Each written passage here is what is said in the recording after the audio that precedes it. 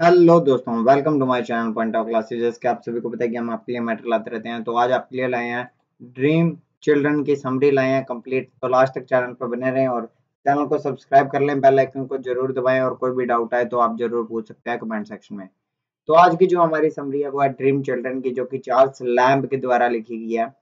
इस कहानी की जो शुरुआत होती है, तो इस कहानी के अंदर क्या है कि जो चार्ल्स लैम्ब है वो अपने बच्चों को अपने घर की कहानी सुनाता है। जैसे कि आप सभी को पता है कि बच्चों को अपने बचपन के अंदर क्या बड़ों से कुछ ना कुछ कहानियां सुनने को मिलती है, या लोग सुनते भी हैं, बच्चे भी सुनते हैं। तो जो बड़े बुजुर्ग जो कहानियां सुनाते हैं उनके बीच की ये एक चार्ल्स लैम्ब ने कहानी सुनाई है, जिसके बीच में ये एक बड़े से घर के अंदर रहते होते हैं, जो कि बहुत बड़ा घर होता है। और वहां की कुछ घटनाएं हैं जो कि यहाँ पे आपको देखने को मिलती हैं। तो वो क्या है घटना, उसकी स्टार्टिंग करते हैं और इंग्लिश और हिंदी में आपको दोनों चीजें यहाँ पे कंप्लीट दिखाने वाला हूँ, तो लास्ट तक चैनल पे बने रहें। Charles Lamb begins the essay Dream Children by describing to his young children Alice and Johan। तो इनके दो बच्चे हैं, एक है एलिस और एक है जोहन। उसके बाद में कहता है कि वो अपने बचपन की कहानियां, बचपन के अंदर जो कहानियां सुनाते थे उनके बारे में बात करता है। When he used to live with his great grandmother, मतलब कि जब वो अपनी दादी जी के साथ रहती थी। ग्रैंड मदर तो होगी दादी, ग्रेट मतलब शायद उनसे बड़ी भी हम कह सकते हैं। उनका नाम क्या था, Mrs field. In a nostalgic tone Lamb narrates to the children the humorous details of his time spent in his great grandmother's house. अब वो कहता है कि जो लैम्ब होता है वो बच्चों के सामने कहानी को कुछ इस तरह से शो करता है, या कुछ ऐसी उनके साथ टाइम बिताते हुए ये बताता है कि ग्रेट ग्रैंडमदर जो थी उसके साथ जब वो उनके घर के अंदर रहे थे तो वो कैसा टाइम था, क्या कंडीशन थी, वो सारी चीजें हैं। The love in between the two brothers Charles and John. Charles और जॉन के बीच में बहुत बड़ा प्रेम था, या बहुत प्रेम था। दो भाई रहते थे उनके घर के अंदर। Their frequent wanderings and mischief in the grand house and their memories of orchard trees and the fish pond। अब कहते हैं कि जब वो चार्ल्स और जोहन उस घर के अंदर घूमते फिरते थे, वॉन्डरिंग मतलब घूमना फिरना, मिस्चिफ मतलब शरारतें करना, तो इस तरह की जो उनको चीजें वहां पे देखने को मिलती थी उसकी यादें, और ऑर्चिड जो ट्रीज हैं उनकी यादें, और जो वहां पे फिश पॉन्ड था जो वहां पे फिश पॉन्ड था उसकी भी यादें यहाँ पे उनको देखने को मिलती है। तो उसके बीच की जो यादें हैं वो वहां पे बताने की कोशिश करता है।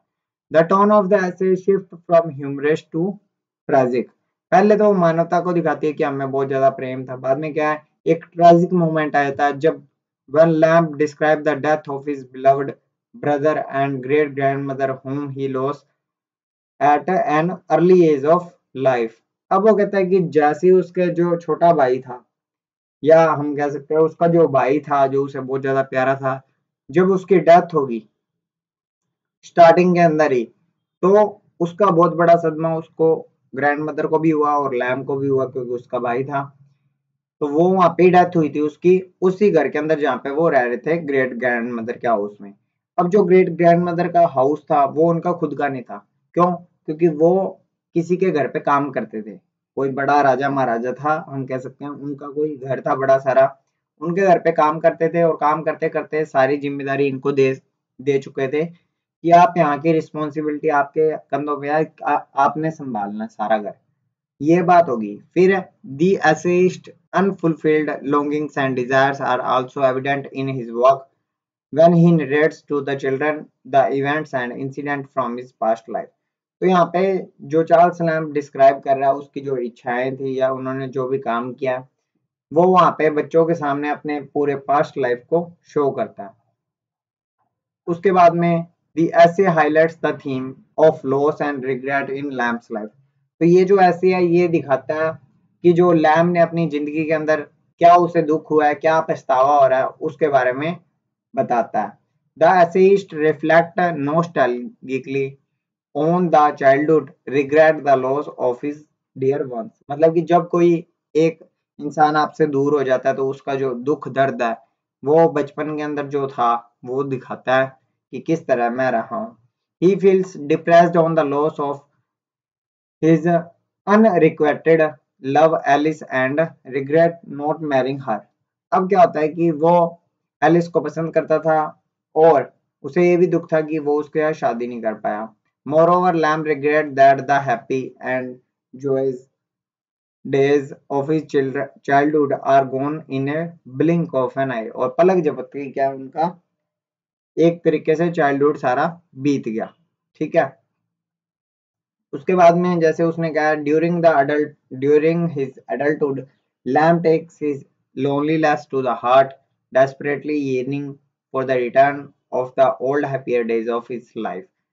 तो जब वो बड़ा हो गया जवानी के दिनों में, अब वो अपने आप को अकेला महसूस करता था। महसूस क्यों करता था? क्योंकि उसके साथ वाला इंसान चला गया था, उसे दुख हो रहा था। और वो उन पुराने दिनों को याद करता था जब वो पुराने टाइम में अपने, हम कह सकते हैं, एलिस के साथ घूमा फिरा करता था। The essay reaches its climax when the readers become aware of the reality that the children listening lamb story are nothing but a figment of his imagination and a dream of sleeping man। अब इसमें वो क्या कहता है कि यहाँ पे अगर अपने क्लाइमैक्स के अंदर पहुंचते हैं तो जो पढ़ने वाला रीडर है वो अवेयर हो जाता है कि रियलिटी के अंदर ऐसा कुछ होगा या नहीं होगा, ये नहीं पता। तो लैम्ब की जितनी भी स्टोरी हैं वो बिल्कुल ना के बराबर होती हैं, मतलब कि रियलिटी कुछ नहीं होती, सब क्या इमेजिनेशन है। और एक इंसान जब सोता है तो उसके मन में जो ड्रीम आते हैं उसके बारे में ये बात करता है। ये चीज होती है इसके बीच में। दी ऐसे revolving around the happy childhood days and the lonely adult age brings to mind the transit nature of life where nothing remains forever in an individual lives। इसके कहने का मतलब ये है कि इंसान जब चाइल्डहुड के दिन होते हैं अच्छे दिन होते हैं, क्योंकि उसको ना किसी काम की चिंता ना कुछ की, सिर्फ खेलना, इधर उधर घूमना फिरना, शरारतें करना, ये काम उसे पसंद होता है।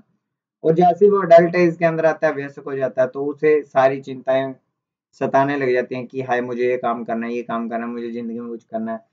तो ये क्या नेचर का एक हम सर्कल कह सकते हैं कि जो कि हमेशा हमारी जिंदगी के अंदर चलता रहता है। तो उसी सर्कल के बारे में ये बात करता है कि कोई भी इंसान आपके साथ पूरी जिंदगी नहीं रह सकता। ठीक है, तो आप हमेशा अगर अकेले भी हैं तो खुश रहें। मेनली बात यही है कि अगर आप किसी के भरोसे रहेंगे तो आपको दुख ही देखने को मिलेगा, क्योंकि इंसान के साथ कभी भी कोई व्यक्ति हमेशा नहीं रहता है, तो उसे दुख का सामना करना पड़ता है। उसके बाद में आते हैं हम कंक्लूजन पे। कंक्लूजन का निष्कर्ष आ गया कि ये जो ड्रीम चिल्ड्रन है इसका मतलब ये होता है कि एक बच्चे का स्वप्न, क्या स्वप्न था वो है। इसके बीच में वो क्या कह रहा है कि उसने हाईलाइट्स किया है किसको, दुख दर्द को, पछतावे को, जब उससे उसका लव्ड वंस कोई या प्यारा इंसान उसके साथ जुड़ा हुआ था जो कि उसे छोड़ के चला गया, जो उसे आज एक सपने के अंदर आता है और उसकी जो पुरानी यादें हैं उसे वो याद करता है, तो उससे उसकी याद आ जाती है। Enriched with pathos, the essay describes the importance of childhood and the dear ones in the life of an individual without whom the world appears to be a dark alley, suffocating the individual at every turn। अब उसे हर moment के अंदर क्या होता है कि उसी पुराने सपने को वो याद करता है जब उसका दोस्त कह सकते हैं या उसका जो प्यारा इंसान था उसके साथ रहने वाला, उसके बारे में जब उसे याद आता है तो वो हर पल पे उससे सोचता है और हर क्षण उसको याद करता है कि ऐसा भी एक दिन आया था जब क्या कि वो मुझे छोड़ के चला गया था। इसीलिए कहा जाता है कि ऐसा कभी नहीं हो सकता कि आपके साथ कोई इंसान पूरी जिंदगी रहे। तो अकेला रहना भी आना चाहिए, ये नहीं है कि हम किसी के सहारे जीते रहें, क्योंकि जो जीवन है वो तो सबका अलग अलग होता है और जीवन के अंदर अपना चलते रहना यही नेचर की एक प्रोग्रेस है या नेचर की प्रोसेस होती है। तो सभी के साथ वीडियो को शेयर करें, चैनल पे नए चैनल को सब्सक्राइब करें, बेल आइकन को जरूर दबाएं और सभी लोगों के साथ शेयर तो करें।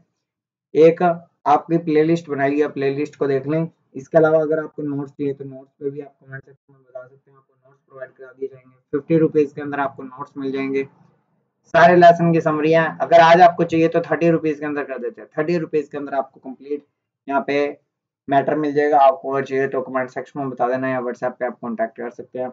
चैनल को सब्सक्राइब करें, बेल आइकन को जरूर दबाएं। और भी कोई दिक्कत है तो प्लीज कमेंट सेक्शन में बता दें। Thank you.